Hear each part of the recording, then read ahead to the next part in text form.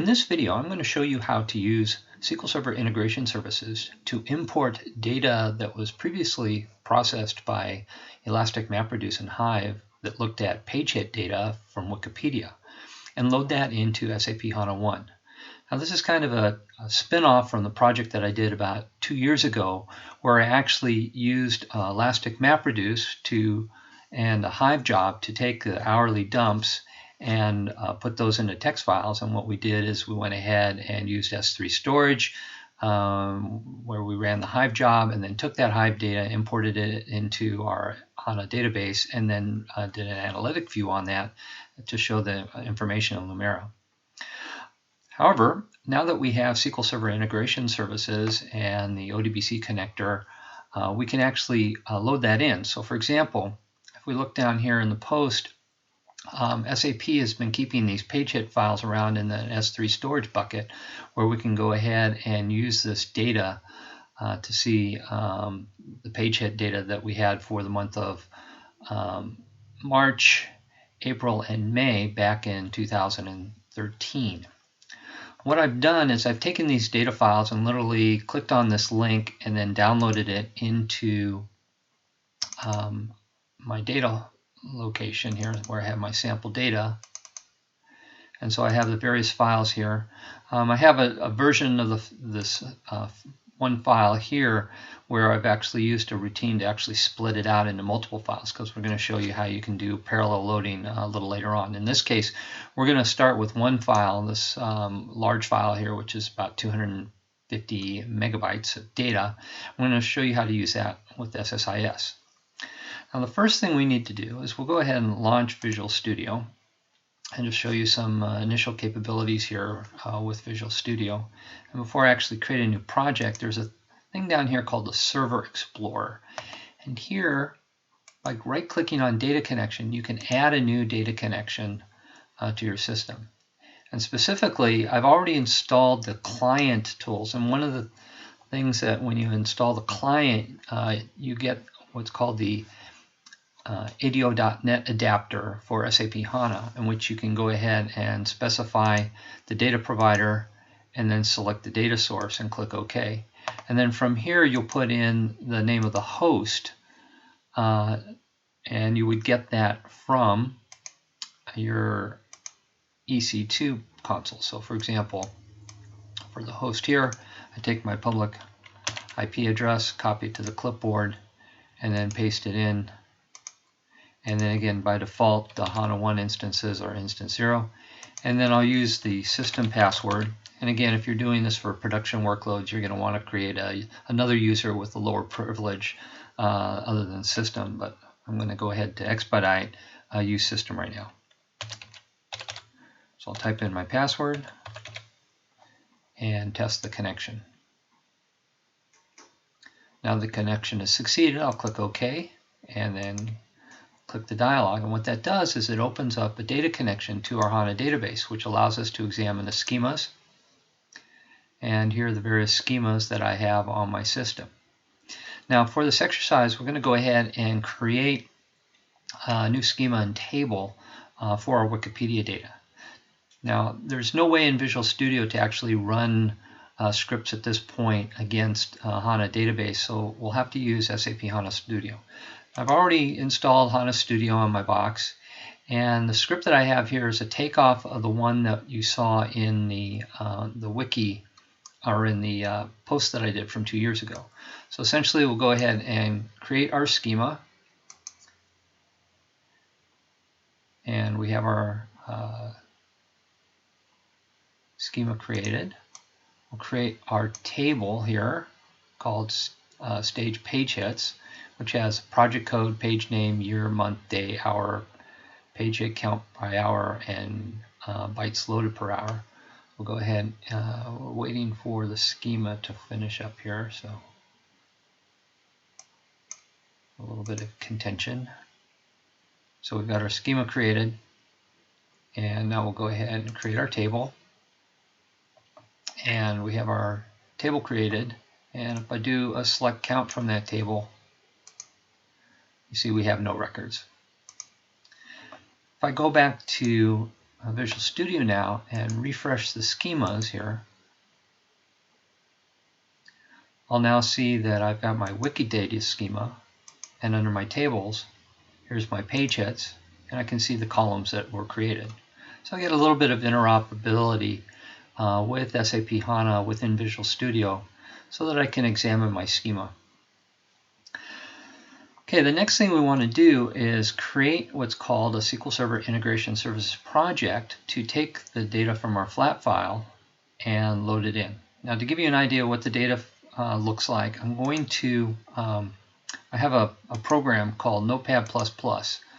This editor is an outstanding editor that allows you to load huge files into the editor, and you can get that from the notepad++.org site here, but you just search for download Notepad++ and you'll find the place to get it. The reason I do that is because we're going to need something here. So we're going to take the first file. The month of March was actually separated into 3 files: the 0 file, the 1 file, and the 2 file. Again, forget the fact that I split these out. I can go ahead with Notepad++ and actually load up the file here into the editor. Now, it takes a little bit of time because it's actually loading into memory here. And so we'll go ahead and let this load. Now, a couple things of note: you'll see that the line count shows up, that literally have over 1 million rows in this particular table. Okay, now that the data is loaded, you'll see here the data values. So the first value is the project, second value is the page. Then we have our year, month, day, hour, number of hits, and the number of bytes transferred. This SOH character is a special character that's used in Hive output. It is a ANSI or an ASCII 01 character, which comes up as SOH. And there's a very good reason why we'll have Notepad++ here, and I'll show you here in a little bit. Okay, so this gives you an idea of what the data file looks like. Now we'll go into Visual Studio and create our new integration services project. So under Business Intelligence, this is from when we loaded up the SQL Server data tools for BI. It created these different project types. We have our integration services project. We won't use the wizard, and what we'll do is we'll give it the project name. So import flat file test. We'll go ahead and click OK. Now, analysis services, the first time it fires up, launches up this getting started window here. You can get rid of it and learn more on how to use integration services, but hopefully through this blog series you'll get a pretty good idea of what's going on. You can explore this at your own leisure. So I'll go ahead and close this now. The first thing we need to do is define a control flow, and there's basically 2 basic tasks that you'll need to put in here.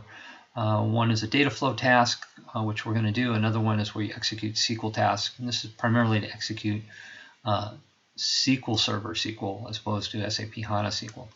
So I'll go ahead and drag the data flow task in here, and this is just kind of a container type of task that's used to manipulate our data flows. So for example, I can go in here and rename it. So we'll call this HANA test with text. When I double click on this, it takes me to the data flow, because what we need to do is define our source and our destination. Now the source we're going to use is a flat file here. So if we go down into flat file sources here, go ahead and drag this up here, we can see a couple things that are interesting here. The X indicates that it's not quite hooked up to anything yet. There are 2 arrows that come out of this. The blue arrow here indicates a success kind of path, and the red arrow indicates a failure kind of path. Now to start things going off, we'll go ahead and change this to our Hive input file and double click on it to launch the column editor. First thing we need to do is tell it where to find the file. So we'll go ahead and click New here, and we'll call this March 0 file. And for the file name, we'll go ahead and browse to our location of the data files. Now it's only showing by default .txt files. If I want to see more file types, I'll select all files here. And since the file we're looking for doesn't have a file extension, we'll just go ahead and select it. Here it's year 2013, month equals 3, and the 0 file. Other properties, it realizes that it's using a specific code page. It's a delimited file. You have 3 options here. One is delimited, fixed width. If you have fixed width or ragged right, means you could have variable columns in here. We have a delimited file. You can also indicate how many rows to skip from the top. In our case, the file has no header row on it, and so we'll go ahead and deselect column names in first row. The next thing we do is we click on columns here, and this, you can see here that we have one big column with all our data, and that's because this delimited file, it's not comma delimited, it's delimited by the SOH character. Now there's some default values that you get for tabs and whatever, but you notice SOH is not here.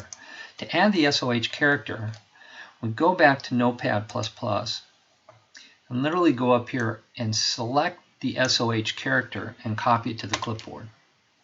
Then we go into Visual Studio, and for the comma delimiter, we'll just go ahead and paste the character in there. You notice a non-printable character, but when I tab out and hit refresh, now we have our data delimited as we'd expect with the SOH character.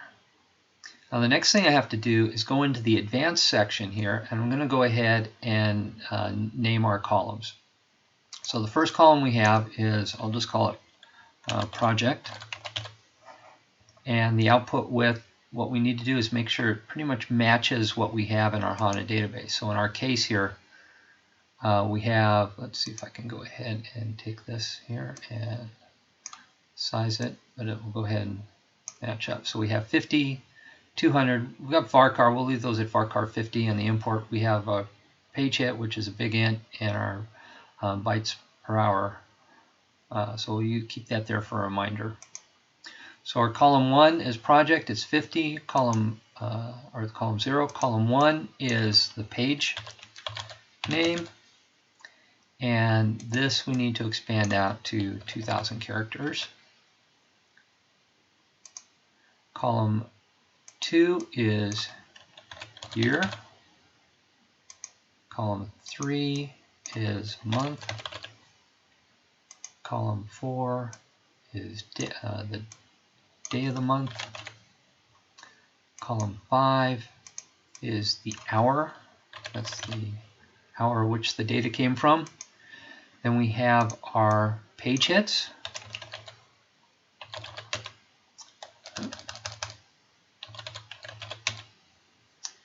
And for this, we'll change this to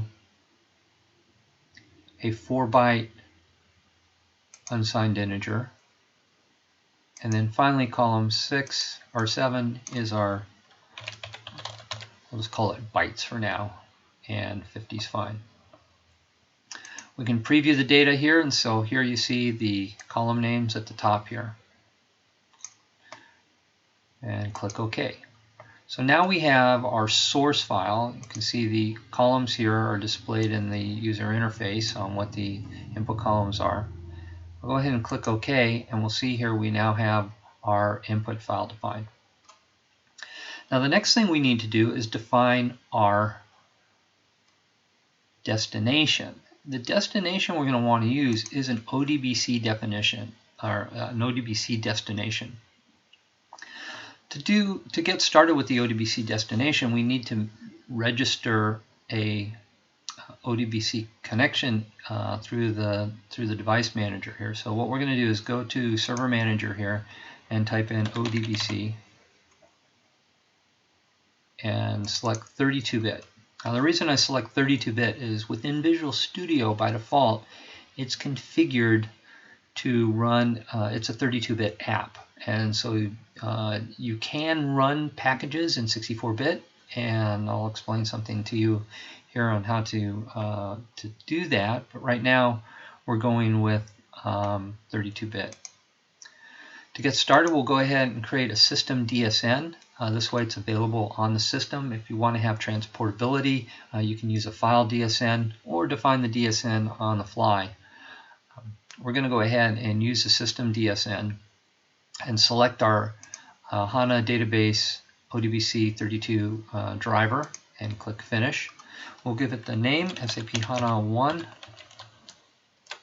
And for the server port, we'll use this similar to the way you would define it for your connection here. So for example, if we go back to our Solution Explorer, if you recall, we used the IP address. So what we need to do is get this IP address here.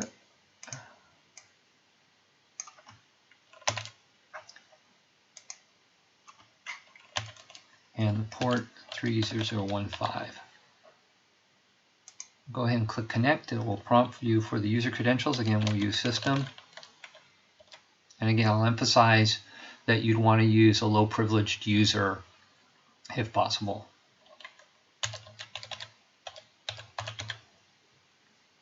Type our password, click OK. Connection is successful. And we'll click OK and click OK. So now that we have our DSN, we can go back to Visual Studio now and go to our SSIS toolbox and choose ODBC destination.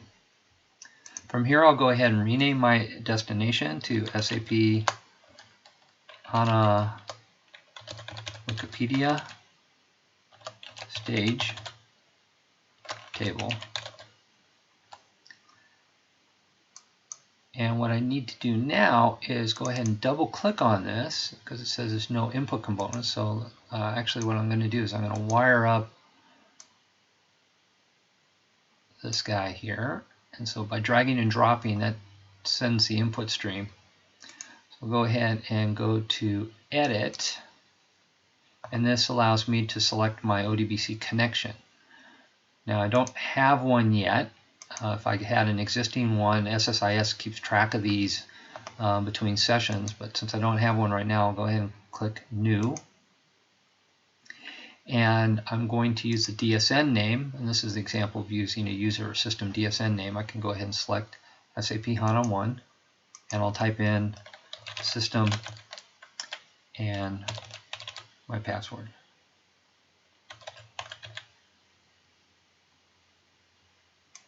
Test the connection, succeeded, and then click OK. Now that I have my connection, I can go ahead and select the file that I created. And the way I do that is I've got a couple of data access modes here. One is table name by row, row by row, if I want to do row by row processing. Since we're going to do batch processing and we've got 1 million rows, you want to use batch mode, otherwise things will go really slow. We can do the drop down of the tables here, and then the next thing we need to do is look for our Wikipedia data here. So we have Wikidata stage page hits. I'm going to bump up the batch size to 100,000. Again, this will depend on how much memory is available. We have plenty of memory available on this particular client machine for processing, so we'll go ahead and take advantage of that. If we go to mappings, you'll see here that SSIS attempted to map the column names based on what it could find that matched. For the non-matching ones, for example, project, we just literally drag and drop and make the connection. We'll do the same for page hits and the same for bytes. So now we have our mapping set up for our destination. Now there's a little error or a warning that comes up saying that there might be some truncation based on the data flow, but I happen to know that the data should be okay at this point. So now we've gone ahead and wired up our data flows. We can actually test run this right now to do the data import. The way you do that is through the start, and this starts the debugging session. When you click Start, there's a couple things that SSIS will do. It'll go ahead and start understanding the metadata to see what's going on. You can see what's going on in terms of progress, giving you warnings about the potential for any errors here. But if all the validation is complete, it goes ahead and starts the run.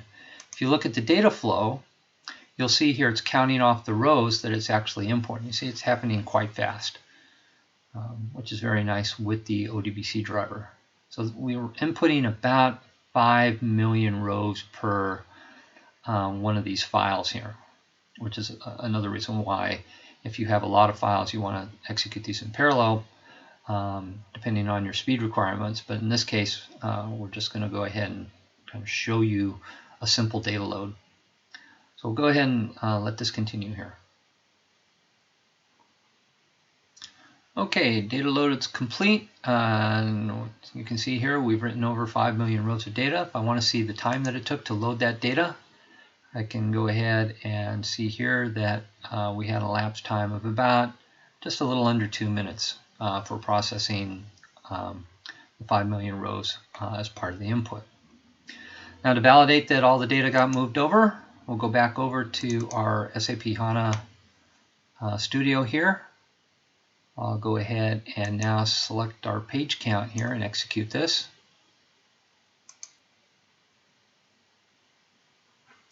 Okay, and we see here that we have the same number of rows that we had for the SSIS input.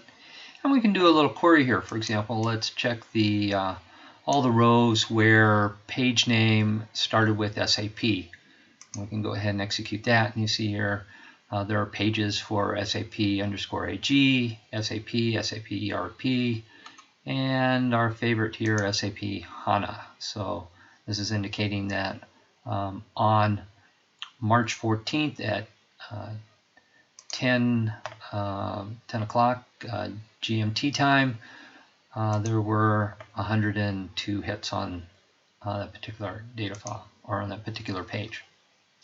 So that wraps up using SSIS to load data from a flat file using into HANA. So I hope you found this useful. Thank you.